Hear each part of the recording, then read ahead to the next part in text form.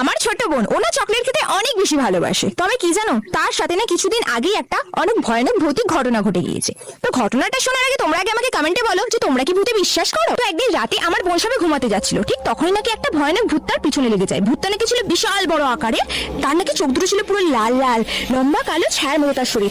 আমার বোন তো ভয়তে চিৎকার করে বলছে, কে তুমি, আমার পিছনে কেন পড়েছো? ভূতটা নাকি তখন জোর গলায় বলে উঠলো, আমি মুক্তি চাই, আমাকে মুক্তি দাও। আমার বোন তো ভীষণ পরিমাণে ভয় পাচ্ছিল, তাও ভয় ভয়ে বলে উঠলো, তোমার মুক্তির উপায় কি?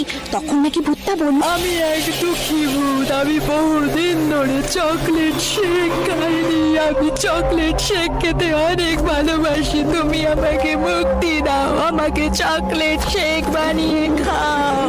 ওই ভূতটার কথা শুনে আমার বোন তো পুরো অবাক, ভূত চকলেট শেক খেতে ভালোবাসে। তারপর আমার বোন আর দেরি না করে ওই ভূতটার জন্য তাড়াতাড়ি করে এক গ্লাস ঠান্ডা ঠান্ডা চকলেট শেক বানিয়ে, তারপর নাকি ওই ভূতটা তাড়াতাড়ি করে চকলেট শেকটা হাতে নিয়ে এক চুমুক দিয়ে বললো, ওহ